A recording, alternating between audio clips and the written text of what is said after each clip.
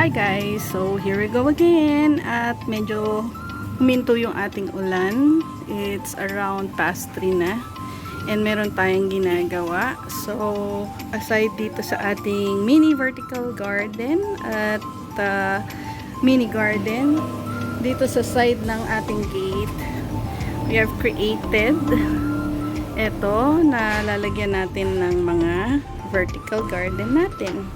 Ayan, pakita ko sa inyo mamaya. Ito ay old driftwood and old na cage na ginawa natin. Kasi our purpose is just to recycle things para mapakinabangan para sa ating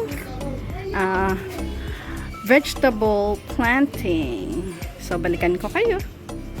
Ayan, guys. For now, yan muna ang ating natapos kasi meron pa akong errand. So mga iba't ibang nilagay natin dito, pechay, kamatis, sile, and may talong din tayo. Tapos may mustasa, yung kamatis nating laging nakaka-recover, tsaka yung oregano natin. So yan muna guys ang ating natapos. Ito yung naiwan natin guys na aayusin din natin. So yan na muna guys, and till next time, don't forget to subscribe, like, and share. Bye!